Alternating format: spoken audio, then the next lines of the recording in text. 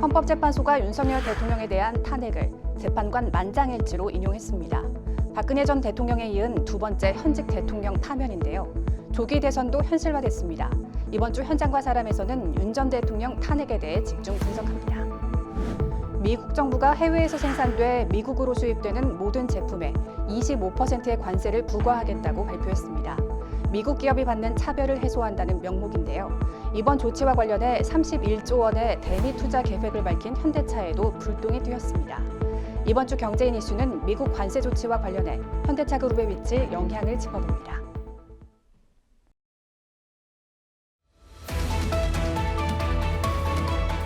시청자 여러분 안녕하십니까? 4월 4일 법률방송 현장과 사람 시작하겠습니다.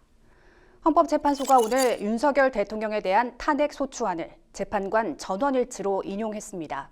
박근혜 전 대통령에 이은 두 번째 현직 대통령 파면인데요. 조기 대선도 현실화됐습니다. 이번 주 현장과 사람에서는 윤 전 대통령 탄핵에 대해 집중 분석합니다.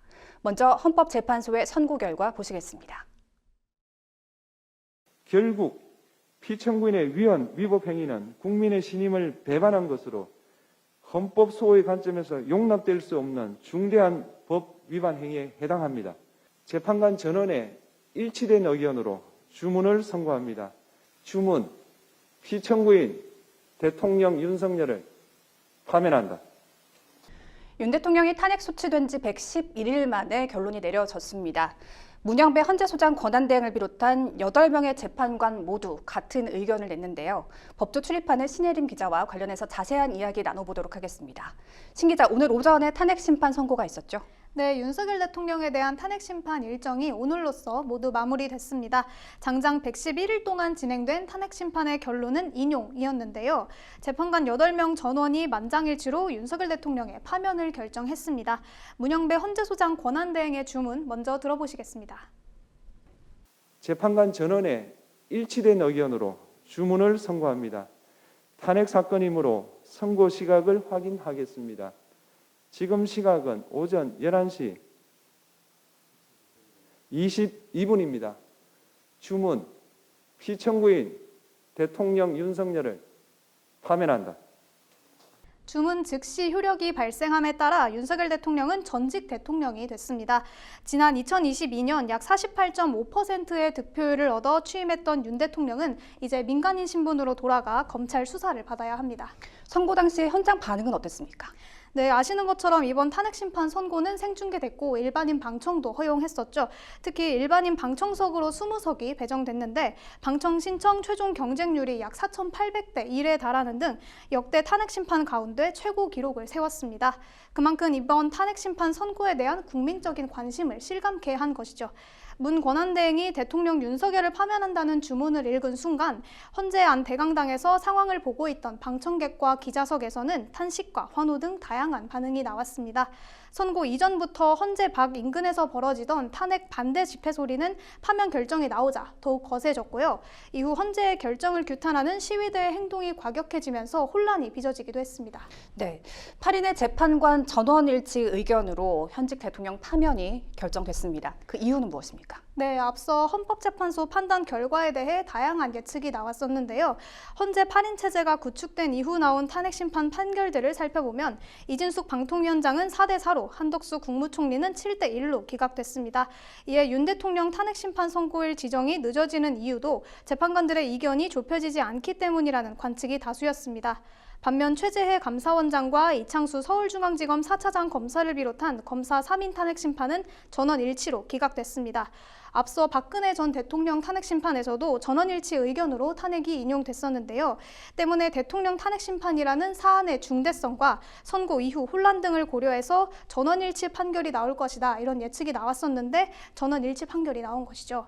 지난해 12월 14일 국회가 의결한 탄핵 소추안에는 크게 5가지 사유가 담겼었는데요. 헌재는 이 쟁점들을 바탕으로 한 달이 넘는 기간 동안 평의를 진행해 결론을 내렸습니다. 탄핵 심판에서 인용, 기각 여부를 결정하는 잣대는 이 위헌, 위법 행위의 중대성인데요. 헌재는 탄핵 심판 소추 사유가 헌법과 법률에 위반되며 그 정도도 중대하다고 판단했습니다.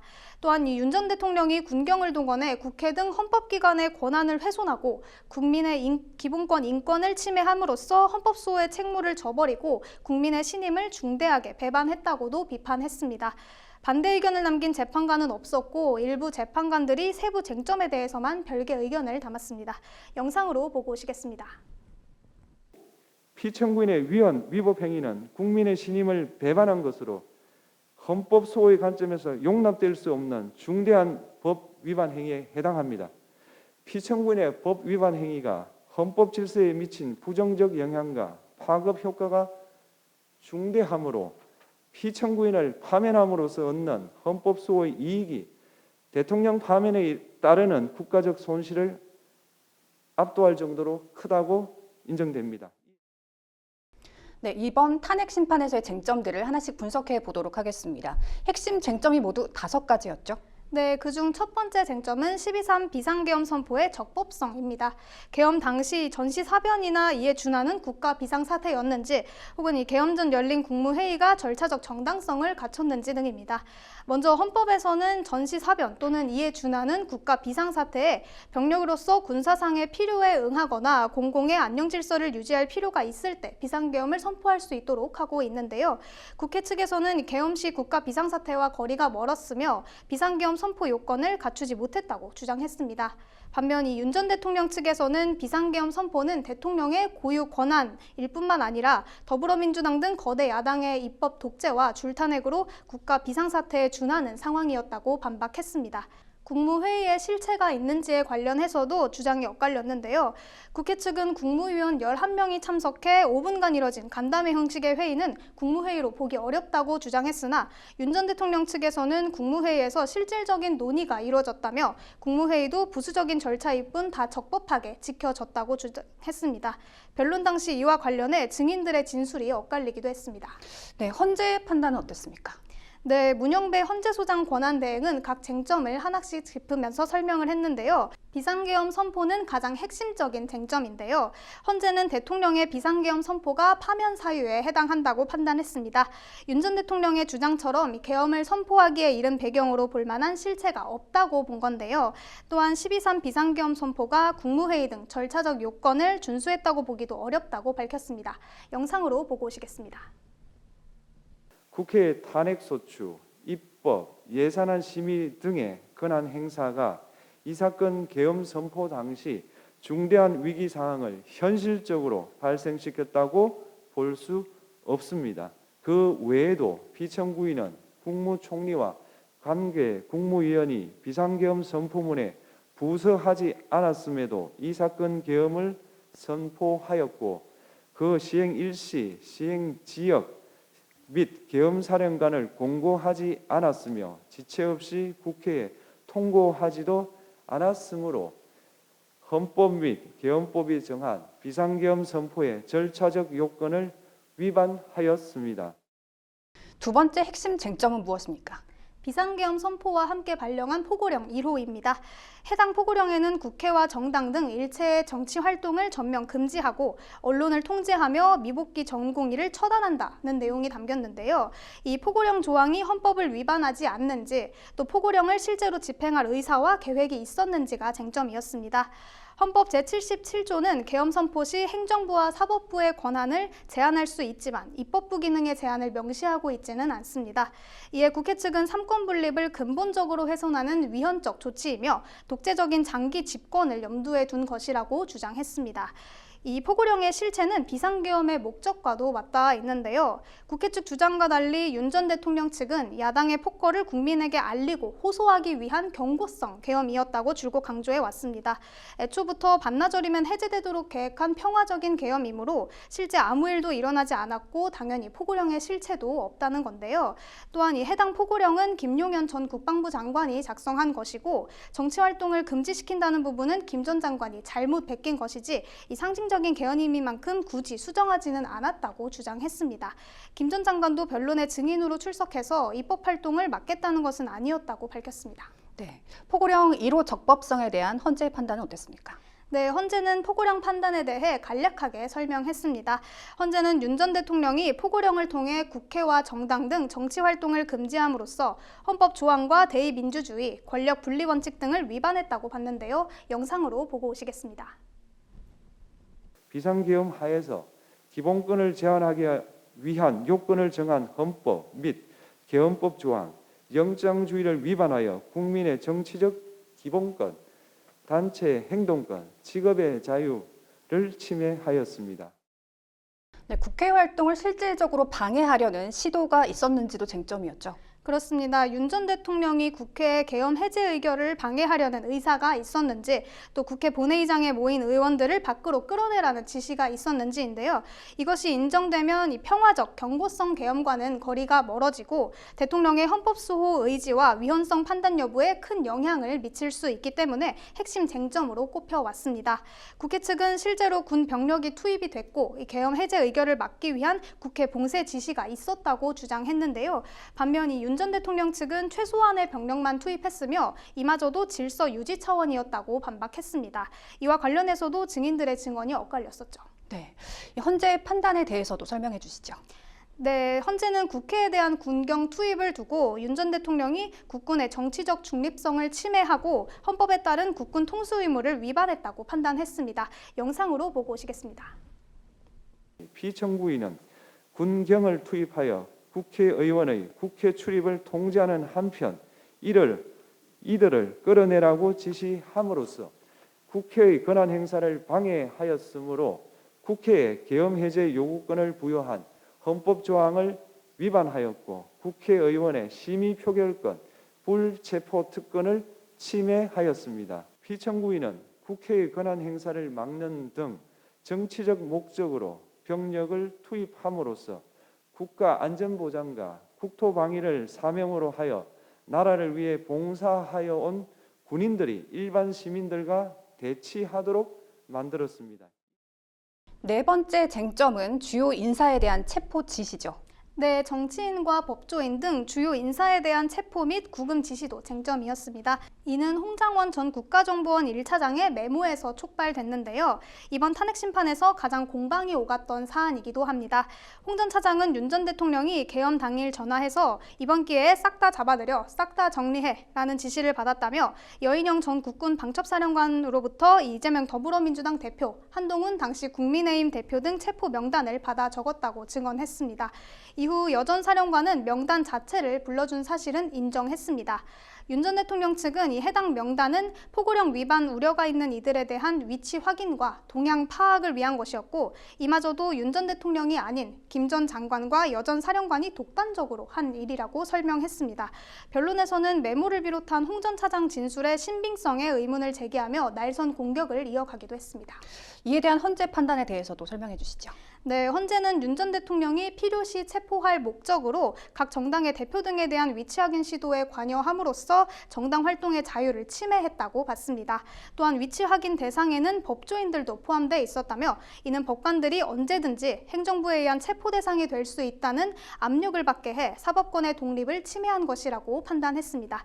영상 보고 오시겠습니다. 피청구인은 필요시 체포할 목적으로 행해진 위치 확인 시도에 관여하였는데 그 대상에는 퇴임한 지 얼마 되지 않은 전 대법원장 및 전 대법관도 포함되어 있었습니다. 이는 현직 법관들로 하여금 언제든지 행정부에 의한 체포 대상이 될 수 있다는 압력을 받게 함으로 사법권의 독립을 침해한 것입니다. 네, 그럼 마지막 쟁점은 무엇입니까? 네, 마지막은 중앙선거관리위원회에 대한 장악 시도 여부였습니다. 선관위에 군 병력을 투입해 압수수색을 한 것이 적법한 행위인지에 대한 판단인데요. 국회 측은 군 병력을 선관위에 투입한 것 자체가 위헌이라고 주장했습니다. 계엄이 선포됐더라도 독립된 헌법기관인 선관위에 관여해서는 안 되고 대통령의 개인적인 의혹을 확인하기 위해 영장도 없이 선관위를 압수수색한 것은 중대한 위법 행위라는 겁니다. 반면 윤 전 대통령 측은 이번 개헌 선포의 배경 중 하나가 부정선거 의혹이라며 선관위에 군을 투입한 것은 해당 의혹을 검증하고 부실 선거를 관리하기 위한 조치였을 뿐이라고 맞받아쳤습니다. 네, 선관위 장악 시도에 대한 헌재의 판단은 어땠습니까? 헌재는 이에 대해서도 윤 전 대통령 측 주장을 받아들이지 않았는데요. 선관위에 영장 없이 압수수색을 하도록 한 지시는 영장주의를 위반한 것이고 선관위의 독립성도 침해했다고 본 건데요. 영상으로 보고 오시겠습니다. 피청구인은 국방부 장관에게 병력을 동원하여 선관위의 전산 시스템을 점검하라고 지시하였습니다. 선관위에 대하여 영장 없이 압수수색을 하도록 하여 영장주의를 위반한 것이자 선관위의 독립성을 침해한 것입니다. 탄핵이 인용되면서 윤석열 대통령은 곧바로 대통령 신분을 잃게 됐습니다. 앞으로는 어떻게 되는 겁니까? 네, 윤 전 대통령은 탄핵 선고가 이뤄진 그때부터 바로 민간인 신분, 자연인으로 돌아갔습니다. 윤 전 대통령과 김건희 여사는 서울 한남동 관저에서 퇴거해 사저로 가야 합니다. 대통령으로서 누릴 수 있는 혜택들도 없어지는데요.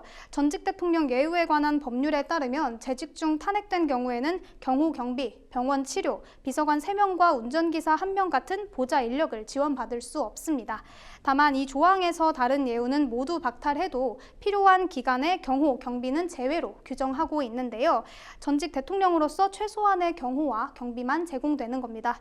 임기를 다 채우고 퇴임할 경우에는 최대 15년 경호를 받을 수 있지만 중도 퇴임하는 경우에는 최대 10년으로 기간이 줄어듭니다. 한 달에 1,300만 원 정도에 달하는 연금 또한 수령 대상에서 제외되고요.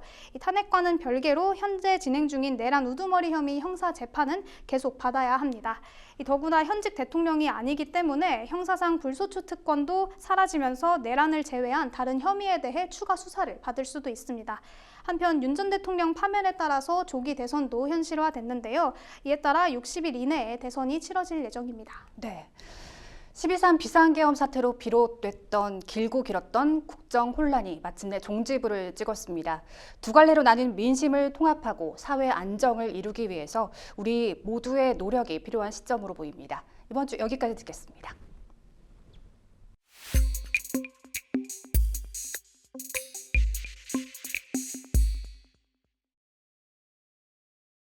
전국이 갈라졌던 탄핵의 시간, 100여일 동안 혼란은 계속됐고 이제 대과제는 국민 통합이 됐습니다. 대한민국은 갈등을 넘어 하나로 나아갈 수 있을까요? 이어서 석대성 기자가 100여일 동안 이어졌던 탄핵의 시간을 다시 짚어봅니다.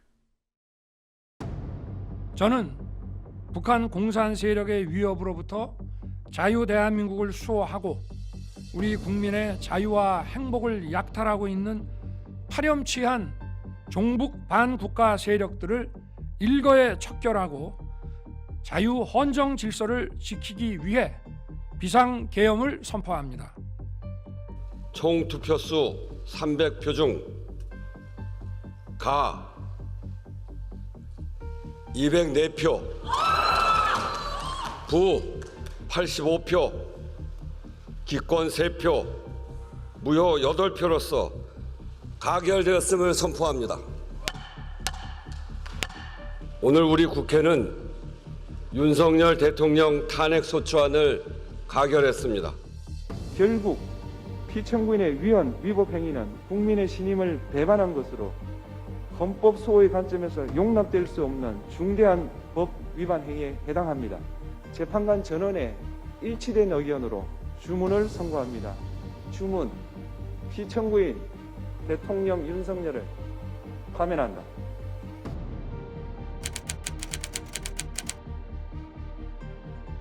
계엄 선포로부터 123일, 탄핵소추안 가결로부터 111일, 100여일의 시간 동안 대한민국 국정 시계는 멈췄고 경제와 민생은 도탄에 빠졌습니다. 지난해 12월 3일 윤석열 대통령의 비상계엄 선포는 현대사에 던져진 하나의 폭탄과도 같았습니다. 전국적 충격을 부르며 대한민국은 정치적 경랑에 빠집니다. 이어진 새벽, 국회는 계엄 해제를 요구했고 대통령은 곧바로 이를 수용합니다. 그러나 전국 지형은 이미 회복할 수 없게 갈라진 상태. 야당은 그 즉시 탄핵을 추진합니다.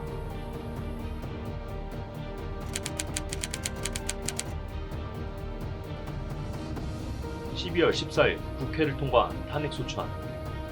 이후 법원은 윤 대통령 체포영장을 발부했고 이틀 뒤엔 구속영장도 발부합니다. 대통령 경호처대 경찰과 고위공직자 범죄수사처의 대치. 헌정사 최초의 대통령 체포라는 충격적 장면도 펼쳐졌습니다.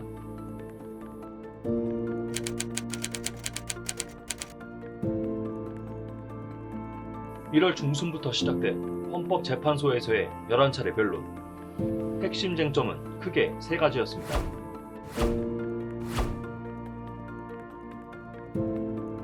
(1, 2차) 변론에선 소추 사유와 관련한 양측의 입장 발표가 핵심이 됐고 3차 변론부터는 윤 대통령이 재판에 직접 자리합니다. 김용현 전 국방부 장관과 이진우, 여인영, 박종근 전 사령관, 홍장원 전 국가정보원 1차장 등 핵심 인물도 증인으로 출석했습니다. 어떤 부분이 내란이고 범죄라는 것인지 도대체 이해할 수가 없습니다.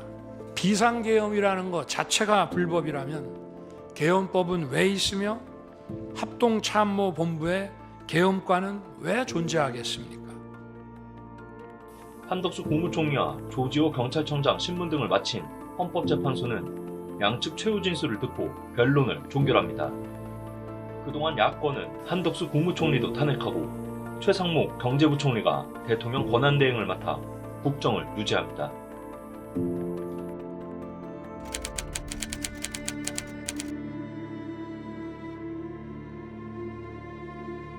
윤 대통령은 서울중앙지법의 구속취소 청구 인용으로 석방되지만 헌법재판소는 심리와 판결을 이어갑니다. 헌법재판관 8인이 치열하게 법리를 검토하는 동안 국민은 응원봉과 태극기를 들고 광화문과 한남동, 종로와 여의도 등 거리로 나와 극한 대치를 벌였습니다.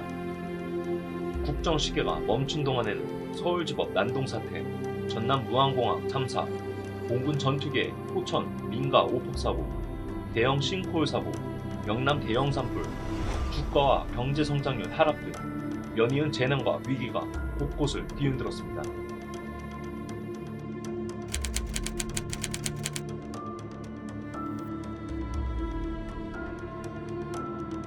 대한민국은 다시 일어설 수 있을까? 국민 통합이란 남은 과제는 여전히 무겁고 멀기만 한 실정. 전국이 반으로 갈라진 채 긴 숨을 참고 있던 시간. 그 111일은 단순한 정치의 시간이 아닌 국민의 삶이 멈춰버린, 잃어버린 시간이 됐습니다. 또 한 번 선택의 갈림길에선 대한민국이 다시 하나로 나아갈 수 있을지 관심이 쏠립니다. 법률방송 석대성입니다. 윤석열 대통령 탄핵 심판은 선고 전부터 위법의 중대성에 대한 엇갈린 해석이 나오기도 했는데요. 중대성의 기준이 공직자의 위법, 위헌 행위인지 행위의 결과인지를 두고 탄핵 심판 심리에서도 양측 대리인단 간 치열한 공방이 벌어지기도 했습니다. 이와 관련 전직 대통령들의 탄핵 심판 선고에도 관심이 모아지고 있는데요. 조나리 기자가 노무현, 박근혜 두 전직 대통령의 탄핵 심판 선고를 정리했습니다. 헌법재판소는 2004년 노무현 전 대통령 탄핵 심판과 2017년 박근혜 전 대통령 탄핵 심판을 심리한 바 있습니다. 헌재는 탄핵 소추 사유로 헌법뿐 아니라 법률 위반 사실도 심사하는데 위법 또는 위헌 행위가 인정되더라도 그 위반 행위가 중대한 경우에 한해 파면을 결정합니다. 이는 피청구인을 파면함으로써 겪게 될 사회적 혼란을 최소화하기 위함입니다. 이 같은 법리는 노무현 박근혜 전 대통령 탄핵 심판에서도 그대로 적용됐습니다. 노무현 전 대통령은 헌법상 공무원의 정치적 중립 의무와 이를 법률로 규정한 공직선거 및 선거부정 방지법 위반 혐의로 탄핵 심판을 받았습니다. 방송기자클럽 초청 기자회견에서 국민들이 총선에서 열린우리당을 지지해 줄 것을 기대한다거나 대통령이 뭘 잘해서 우리 당이 표를 얻을 수 있다면 합법적인 모든 것을 다 하고 싶다고 한 발언이 문제가 됐습니다. 헌재는 문제의 발언이 대통령의 정치적 중립 의무를 위배했다고 봤습니다. 다만 발언이 이루어진 시기는 각 정당별 후보자가 특정되기 전으로 선거운동으로는 볼 수 없다고 판시했습니다. 또한 발언의 경위 역시 기자들의 질문에 수동적이고 비계획적으로 행해진 점을 감안해 헌법 질서에 역행하고자 하는 적극적인 의사를 인정할 수 없으며 직을 박탈해야 할 정도로 국민의 신임을 저버린 중대한 위법 행위는 아니라고 판단했습니다.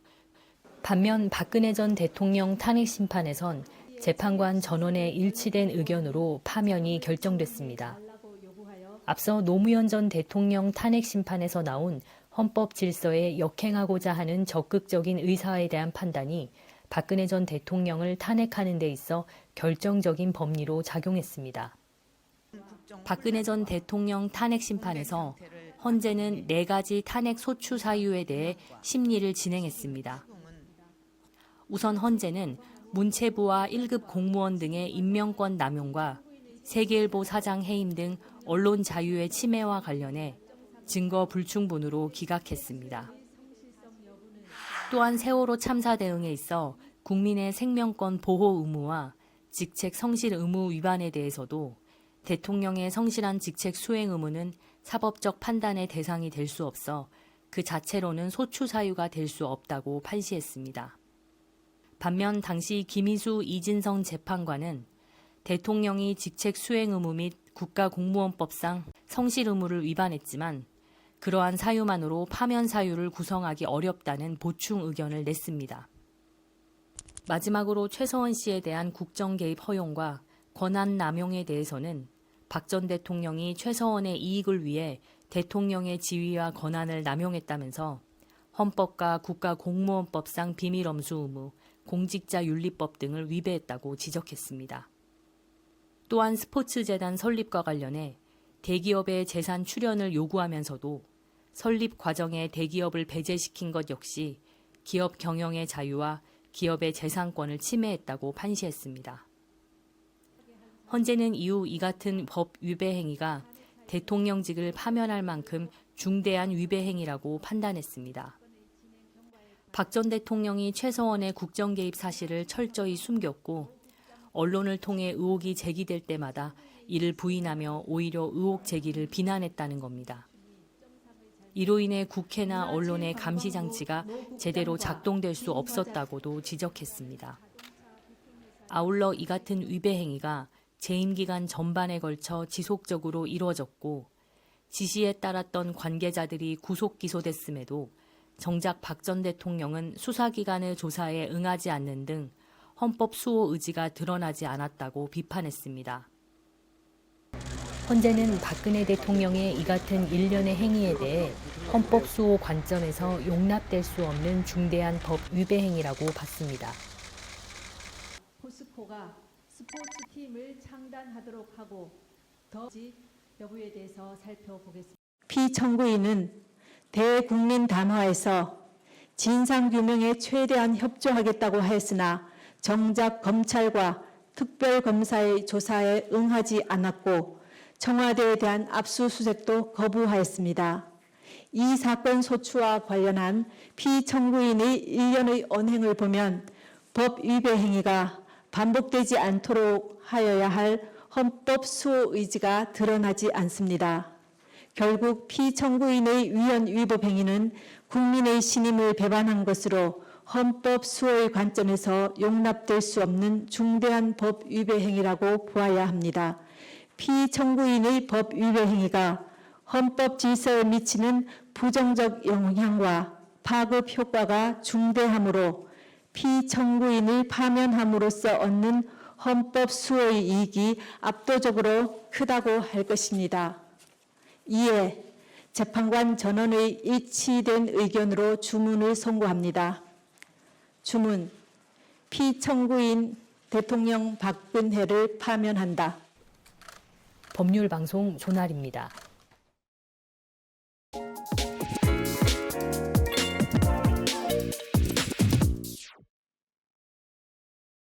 도널드 트럼프 대통령이 지난달 26일 미국 외에서 생산되는 완성차와 자동차 부품들에 대해 25%의 관세를 부과하겠다고 발표했습니다.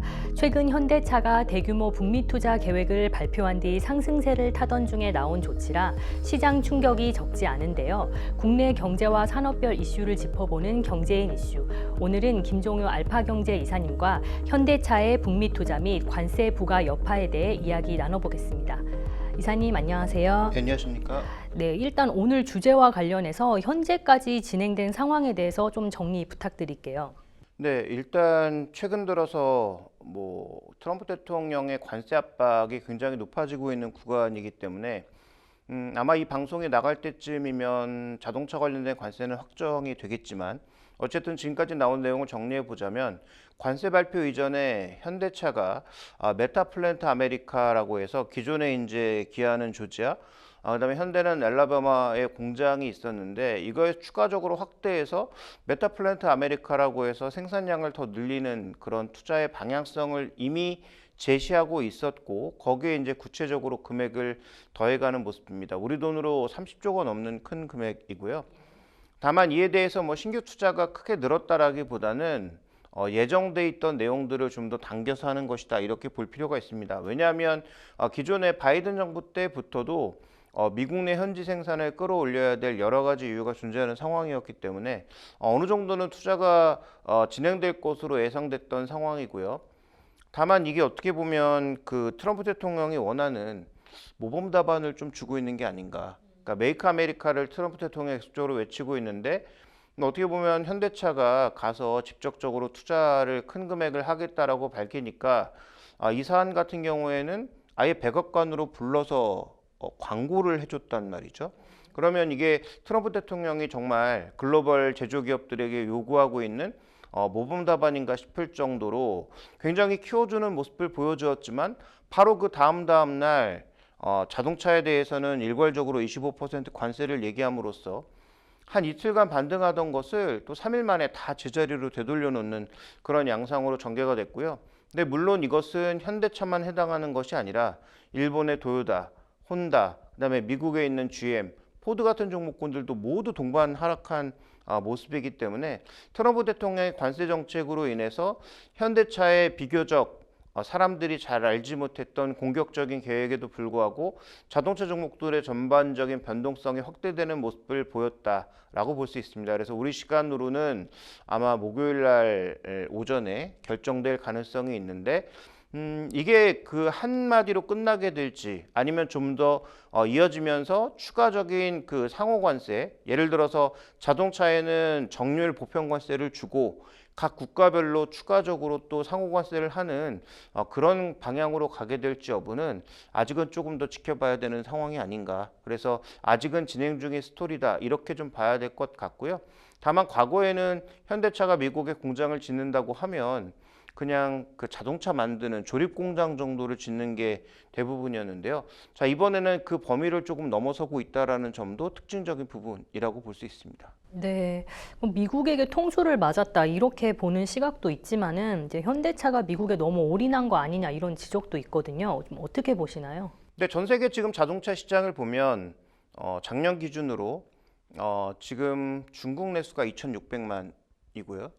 미국은 1,600만 정도입니다. 1,000만 대 이상 차이가 나고 있거든요. 그래서 세계 최대 시장인 중국 시장에서 뭐 다른 나라 회사도 뭐 맥을 못 추는 건 마찬가지죠. 중국 로컬 업체들이 워낙 빠르게 성장하고 있으니까요. 근데 현대차는 조금 심합니다. 왜냐하면 현대차가 재작년에 한 25만 대 정도를 팔았는데 작년 기준으로 중국의 내수가 2,600만 대인데 18만 대를 팔았거든요. 그러니까 이제 중국 시장에서는 그립을 잃은 정도가 아니고 존재감이 사라지고 있다라고 좀 봐야 될 것 같고요. 특히 이제 내연기관차는 그래도 어느 정도 어필을 하는 모습이었지만 전기차 시세는 완전히 이제 뭐 중국에 밀리는 양상. 근데 이건 뭐 현대차만 그런 게 아니고 글로벌 자동차 공이 모두 같은 현상이 나타나고 있다라고 봐야 될 것 같습니다. 그래서 PHEV나 아니면 전기차 부분에서는 중국의 로컬 업체들에게 꽤 압박을 받는 모습을 보여주다 보니까 현대차가 버틸 수 있는 것은 3대 시장이라고 하면 유럽, 우리나라, 그다음에 미국으로 볼 수가 있거든요. 근데 미국에서 지금 한 뭐 170만 대 정도 팔고 있는데 미국에서는 이익도 나오고 양도 많이 팔리고 있는 상황이에요. 국내는 판매는 그 정도 하지 못하지만 나름 이익을 잘 선방해 주고 있는 것이고 유럽은 또 줄어들고 있거든요. 그러니까 가장 큰 시장인 중국에서는 전혀 힘을 내지 못하고 있고 두 번째 시장인 미국에서는 판매량도 꾸준히 늘고 이익도 믹스 개선을 통해서 그러니까 좀 비싼 차를 많이 팔았거든요. 제네시스는 아직 뭐 의미 있는 숫자는 아니고 그런데 좀 늘고 있고요. 그 다음에 이제 상대적으로 뭐 산타페라든지 텔룰라이드 같은 큰 차량들을 팔면서 나름 이제 SUV고 큰 차량을 파니까 이익이 꽤 높아졌거든요. 그래서 현대차 기준으로 가장 많이 팔리는 차가 투싼 이런 차로 봐야 되는데 투싼에 이어서 스포티지, 뭐 그다음에 말씀드렸던 뭐 텔룰라이드, 그다음에 뭐 산타페 이런 차종들이 팔리기 시작하면서 미국에서는 꽤 마진이 좋습니다. 우리나라보다 비싸게 팔 수 있는 시장이거든요.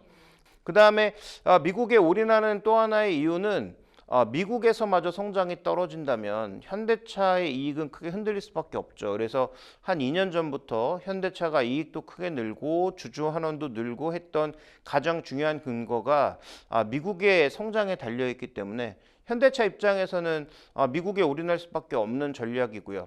하나 이제 가외 얘기를 드린다면 올해 언제 될지는 모르지만 기대할 수 있는 건 이제 러시아입니다. 과거 러시아에서 한 2위 정도를 하고 있었거든요. 근데 러우 전쟁이 터지면서 그 러시아에 진출해 있던 뭐 르노라든지 그 다음에 이제 현대차가 거의 공장을 뺏기다시피 하면서 탈출한 상황이죠. 그래서 만약에 현대차가 다시 돌아갔을 때 점유율을 좀 가져올 수 있을지는 지켜봐야 될 것 같습니다. 예, 일단 상황은 벌어졌고요. 이제 현대차는 단기적이라도 악영향을 피할 수 없을 거라는 분석이 좀 지배적인데요. 대미 자동차 수출액이 지난해 대비 18% 이상 감소할 수 있다는 전망도 지금 나오고 있습니다. 네, 일단 수출액보다 이익이 좀 더 중요하지 않을까 생각인데 작년에 이제 현대차 실적을 보면 미국 내에서 판매 4위를 했습니다. 1위는 뭐 GM이고요. 2위는 도요타, 뭐 3위는 포드, 4위가 이제 현대차라고 봐야 될 텐데 170만 대 정도를 팔고 있습니다. 그런데 이 중에서 지금 현재는 조지아 공장과 엘라바마 공장을 통해서 50만 대 정도를 생산하고 있고요. 그러니까 120만 대는 지금 전반적으로 다 한국에서 수입해 오고 있는 상황이거든요. 그러면 현대차는 미국의 공장을 더 빨리 늘려서 이 포트폴리오 변화를 줘야 되겠죠. 현지 생산 비중을 높여야 되는데 그래봐야 장기 계획상 2028년까지 한 120만 대 정도로 상향되는 상황입니다. 현대차 입장에서는 어쨌든 수출의 감소뿐만 아니라 이익의 감소가 나타날 수 있는데 가격을 올릴 수밖에 없잖아요. 관세를 부과하니까 그에 대응하기 위해선 가격을 올려야 되는데 뭐 트럼프 대통령이 지금 또 굉장히 알 수 없는 얘기를 하고 있는 건 이렇게 관세를 맞아도 미국 내에서 자동차 가격을 올리면 안 된다라는 그런 압박을 놓고 있거든요. 그러니까 이 얘기는 그냥 미국에서 자동차 팔고 있는 회사는 망해라 라고 하고 있는 거예요. 그래서 아마 이것은 미국 회사들도 꽤 반항이 심할 것이기 때문에 그러니까 미국의 이제 빅3라고 하는 회사들도 굉장히 저항이 심할 것으로 보이고 있기 때문에 과연 자동차 가격이 올라가지 않을 수 있을지 지금 미국의 금리가 조금 높아져 있는 상황에서 일단 가격까지 올라가게 되면 신차 판매가 줄어들고 미국의 신차 판매는 소비에서 차지하는 비중이 꽤 됩니다. 그래서 이런 부분들이 미국 경제의 탄력을 줄어들 수도 있기 때문에 뭐 긍정적으로 보시는 분들 입장에서는 이 관세는 결국 협상용이고 오래가지 않는다는 전망도 나오고는 있습니다. 다만 저는 경계는 필요하다. 왜냐하면 지금 트럼프 대통령이 뭐 3선 얘기하고 있는 상황이잖아요. 편법을 통해서 3선하겠다. 농담 아니다. 뭐 이런 얘기를 지금 쏟아내고 있거든요.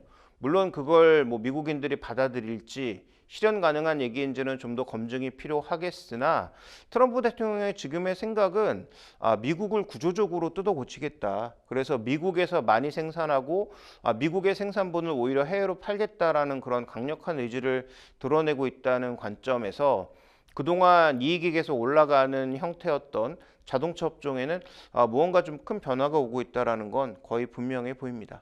네, 반면 근데 이번 관세 부담이 미국 소비자에게 전가될 가능성이 높다는 점에서 이제 국내 기업과 달리 미국 내 생산 비중이 높은 업체는 오히려 반사이익 누릴 수 있다는 전망도 나오고 있잖아요. 근데 지금 이사님 말씀하신 거는 이제 트럼프가 가격 올리지 말아라 또 이런 말을 하고 있다는 건데 좀 어떻게 될 거라고 보시나요? 네, 일단 그런데 그 미국 업체들은 그러면 다 미국에서 생산하고 있나? 거의 그렇지가 않습니다. 그러니까 포드 정도가 미국에서 파는 주력 차종의 F150, 우리가 이제 흔히 픽업 트럭이라고 부르는 엄청나게 커 보이는 그 미국 시골에서 그 흙먼지 일으키면서 달리는 그런 픽업 트럭이잖아요. 그러니까 미국에서 가장 많이 팔리는 차종이다 보니까 포드는 이런 차종들을 뭐 랩터부터 시작해서 뭐 F150 굉장히 여러 가지 차종들이 있습니다. 그러니까 미국 생산 비중이 높아요. 꽤 높은 편입니다. 그 다음에 테슬라 정도가 지금 미국의 공장 2개에서 차를 뽑아내고 있고, 그 다음에 루시드라든지, 그 다음에 리비안 같은 이런 전기차들이 거의 뭐 전량에 가깝게 미국에서 생산하고 있다라고 봐야 됩니다. 근데 나머지 업체들, 아까 1위 한다고 했던 GM이라든지 도요타라든지 이런 업체의 미국 생산 비중은 50%가 채 안 돼요. 현대차는 기아 합치면 40%도 안 됩니다. 그러면 미국 내 비중이 높은 이런 기업들은 뭐 수혜를 받을 수 있나? 전혀 그렇지 않다라고 보여지고요.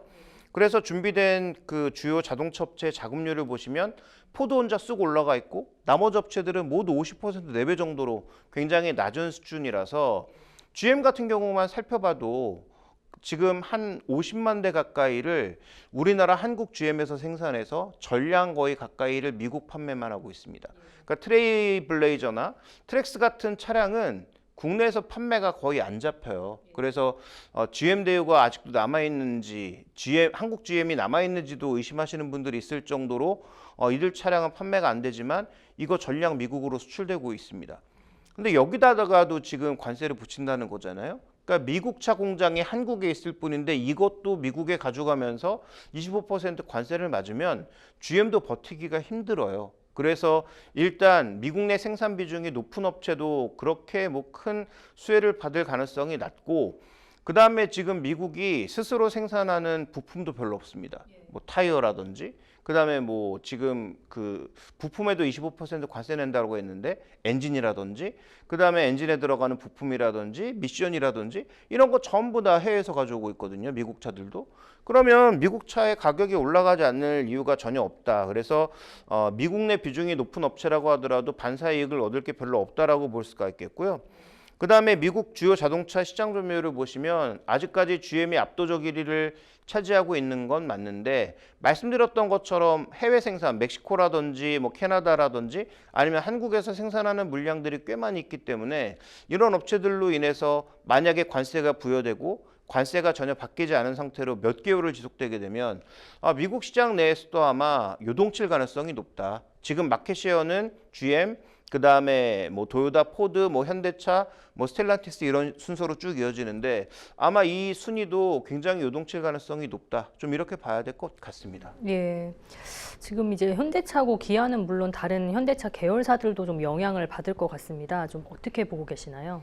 근데 기아는 지금 조지아 공장이 있지만 멕시코에서도 물량을 생산해서 지금 차를 가져오고 있거든요.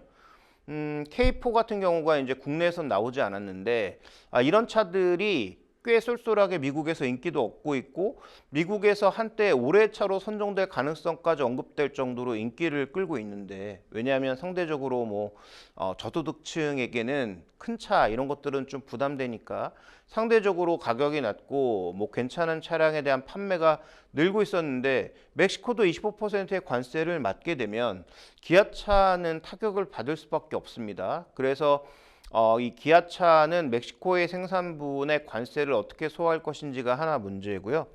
그 다음에 이제 현대제철은 그동안 현대차가 미국에 진출할 때 그냥 뭐 조립 공장 정도 아니면 생산 공장 정도를 진출하는 정도였는데 이번에는 철강사를 같이 가겠다라는 거예요.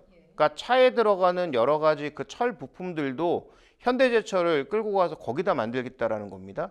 근데 미국도 트럼프 대통령이 뭐 친환경을 싫어한다라고 우리가 착각을 하지만 친환경이 쓸데없다라고 해서 싫어하는 것이지 친환경 자체를 반대하는 건 아니에요. 그건 착각하시면 안 됩니다. 그래서 현대제철이 만드는 방법이 고로, 그러니까 고로라고 하면 뭡니까? 엄청나게 큰 탑에다가 석탄하고 철광석을 넣고 찌는 거거든요. 그러면 이제 거기서 쇳물이 흘러나오는 게 이제 고로인데, 그런 고로 방식은 엄청난 이산화탄소를 발생시키게 되죠. 그러니까 그거 안 되고 전기로를 하겠다는 겁니다. 전기로 녹이는 그런 전기로 제강을 만들겠다는 건데, 그럼 거기에 들어가는 전기 시설이라든지 그 다음에 전기로 제강을 짓는 데 드는 비용들이 꽤 들 거라고 보고 있거든요. 이게 한 8조가량 들 거라고 예상이 되는데, 현대제철이 지금 돈을 못 벌어서 엄청난 노조와의 싸움도 벌이고 있고, 그 다음에 지금 뭐 직장 폐쇄 얘기도 한번 나온 적도 있었고, 지금 뭐 당진 공장은 아예 멈춰 있는 폐쇄된 상황입니다. 셧다운을 한 상황이에요. 그런데 지금 8조가량의 돈을 뭐 현대차 그룹에서 2조 원 도와준다고는 하지만 과연 부담이 되지 않을 수 있을까? 좀 고민스러운 부분이 있고요. 그다음에 이제 아까도 우리가 잠깐 다뤘습니다만 수출량이 결국 줄어들 가능성이 높잖아요. 현재 생산이 늘면서. 그러면 우리나라에서 생산한 현대차를 누가 나르고 있냐면 현대글로비스라고 하는 기업이 나릅니다.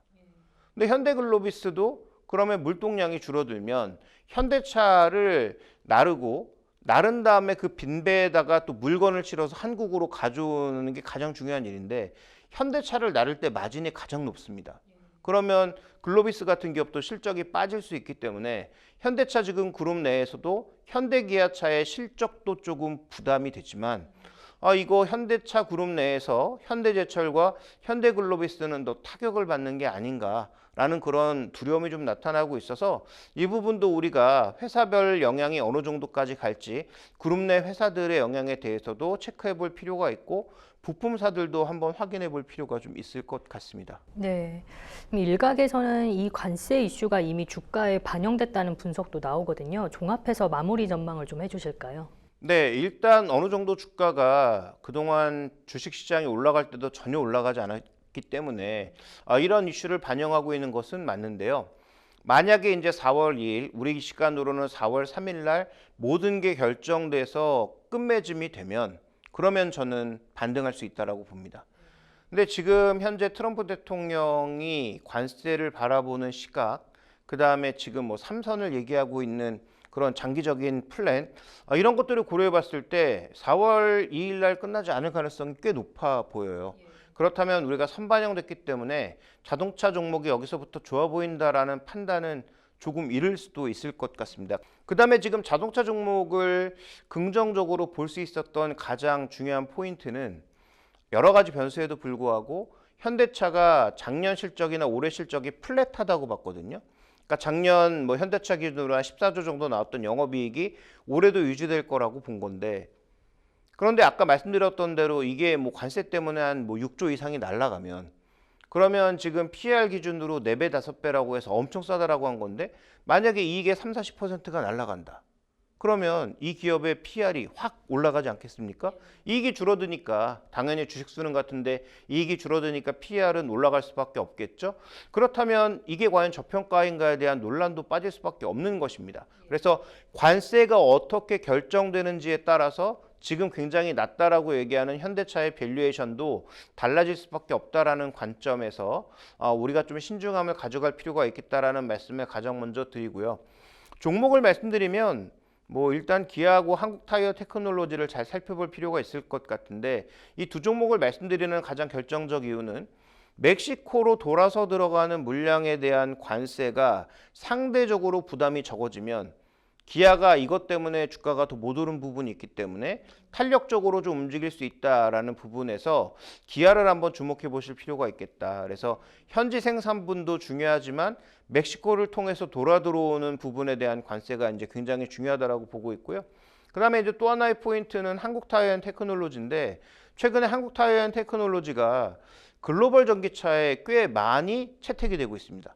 근데 전기차로 가면 갈수록 차가 무거워지니까 그 안에 들어가는 고무량이 많아지면서 타이어의 가격이 비싸져요. 그래서 지금 자동차 회사 중에서 유일하게 한 10% 이상의 마진을 내고 있는 게 한국타이어인데 여기는 유럽에도 공장이 있고 미국에도 공장이 있고 중국에도 공장이 있고 한국에도 공장이 있습니다. 그래서 한국타이어의 뭐 경영진이 가장 문제이기는 한데 뭐 경영진의 어느 정도의 리스크만 조금 우리가 뺀다면 한국타이어앤테크놀로지 정도가 지금 뭐 지역 배분이라든지 그다음에 뭐 마진 측면이라든지 이런 측면에서 좀 유리한 부분이 있어서 자동차 부품주 중에서는 한국타이어앤테크놀로지가 좀 방어력이 있지 않을까 이렇게 좀 바라보고 있습니다. 네. 네, 잘 들었습니다. 이번 주 경제인 이슈는 여기까지입니다. 오늘도 함께해 주신 김종효 알파경제 이사님 고맙습니다.